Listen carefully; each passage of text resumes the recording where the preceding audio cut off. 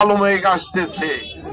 ওই কালো মেঘ কিন্তু বাংলাদেশের জাতীয়তাবাদী দলের নেতাকর্মীরা ভয় পায় না, তারা এসব অভ্যস্ত। আর তাদেরকে রক্তচক্ষু দেখিয়েও কোনো লাভ নাই। আমরা আপনাদেরকে অনুরোধ করি, আসেন আমরা সবাই মিলে জনগণের কাছে যাই, তাদের ম্যান্ডেট নেওয়ার চেষ্টা করি। তারা যাকে ভোট দিয়ে জয়যুক্ত করবে তারাই এই দেশে সরকার গঠন করবে, এর বাইরে কিছু এই দেশে হবে না। আমি যেহেতু আপনারা অনেক দূর থেকে আসছেন, আমার বক্তব্য বেশি বাড়াবো না।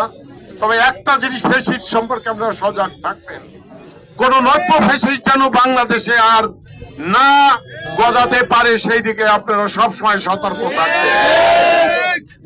এবং স্বৈরাচারীও জানিয়ে এই দেশে আর না গজাতে পারে সেই দিকেও আপনারা সতর্ক থাকবেন।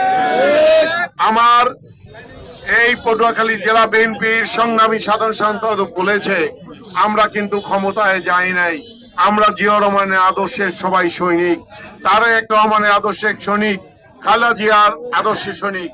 আমরা এমন কোনো কাজ করব না জানি তাদের বদনাম হয়, তার দলের বদনাম হয়। আমি বারবার আপনাদেরকে এই অনুরোধ করছি। আমি আমার বক্তব্য আর দীর্ঘায়িত করব না।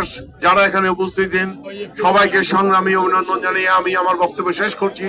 বাংলাদেশ জিন্দাবাদ, বাংলাদেশ জাতীয়তাবাদী দল জিন্দাবাদ, তারেক রহমান জিন্দাবাদ, খালেদা জিয়া জিন্দাবাদ, জিয়াউর রহমান অমর হোক।